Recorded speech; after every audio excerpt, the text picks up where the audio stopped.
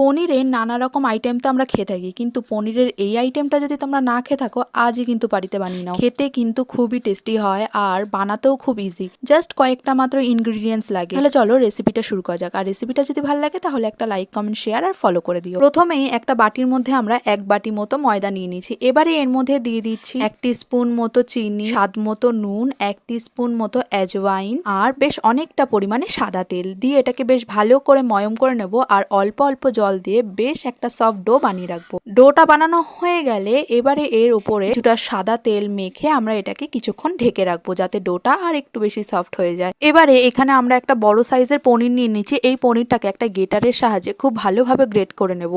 পনিরটাকে great করা হয়ে গেছে। ওদিকে আমরা কড়াইয়ের মধ্যে কিছুটা সর্ষের তেল গরম হওয়ার জন্য বসিয়ে দিয়েছি। তেলটা গরম হয়ে গেলে ওর মধ্যে দিয়ে দিচ্ছি একটা বড় সাইজে কুচি করে রাখা পেঁয়াজ। পেঁয়াজটাকে বেশ গোল্ডেন ব্রাউন করে ভেজে নেব। এবারে ওর মধ্যে দেবো 1 স্পুন জিরে গুঁড়ো ও 1 স্পুন গ্রেট করে রাখা আদা দিয়ে এটাকে বেশ ভালো করে মিশিয়ে নেব যতক্ষণ না আদার কাঁচা গন্ধটা চলে যায়। আদার কাঁচা গন্ধটাও চলে গেছে আর তেলটাও ছেড়ে গেছে। এবারে এর মধ্যে দিয়ে দিচ্ছি ঝালের জন্য কয়েকটা কুচি করে রাখা কাঁচা লঙ্কা আর দিচ্ছি 1/2 টিস্পুন মতো হলুদ গুঁড়ো। একটু মিশিয়ে নিয়েই এর মধ্যে দিয়ে দিচ্ছি গ্রেট করে রাখা পনিরটাকে দিয়েই মশলার সঙ্গে বেশ ভালোভাবে মিশিয়ে নেব। এবারে পনিরের মধ্যে দিয়ে দেবো স্বাদ মতো নুন, 1/2 টিস্পুন চিনি আর 1/2 টিস্পুন মতো ব্ল্যাক পেপার পাউডার দিয়ে এটাকে ভালো করে মিশিয়ে নেব। আর 2 থেকে 3 মিনিট মতো এটাকে হাই ফ্লেমে একটু ভেজে নেব। এবারে পনিরটাকে নামানোর আগে দিয়ে দিচ্ছি 1 টিস্পুন মতো চাট মশলা। ব্যাস, পনিরের ভুর্জি আমাদের একদম রেডি। এটাকে একটু ঠান্ডা হওয়ার জন্য রেখে দিচ্ছি। ওদিকে ডোটাকেও আমাদের 15 মিনিট রেস্টে রাখা হয়ে গেছে। দেখো ডোটা কতটা বেশি সফট হয়েছে। এবারে এর থেকে আমরা মিডিয়াম সাইজের লেচি কেটে নেব। এবারে ময়দাটাকে একটা বাটির মতো শেপ করে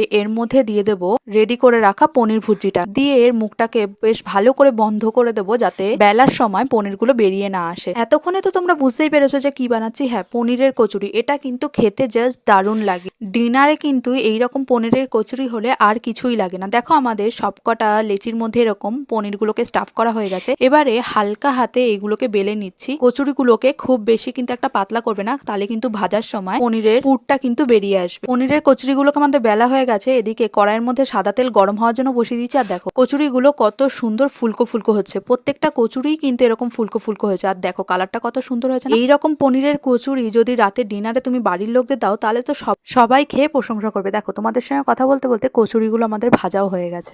এই কচুরিগুলোকে আমরা একটু পনির আর আলু তরকারি দিয়ে সার্ভ করছি, যেটা খেতেও কিন্তু খুব টেস্টি হয়েছে। তাহলে বলো আজকে আমার এই পনিরের কচুরির রেসিপিটা তোমাদের কেমন লাগলো? ভালো লাগলে একটা লাইক, কমেন্ট, শেয়ার আর ফলো করে দিই। দেখা হবে অন্য একটা ভিডিওতে।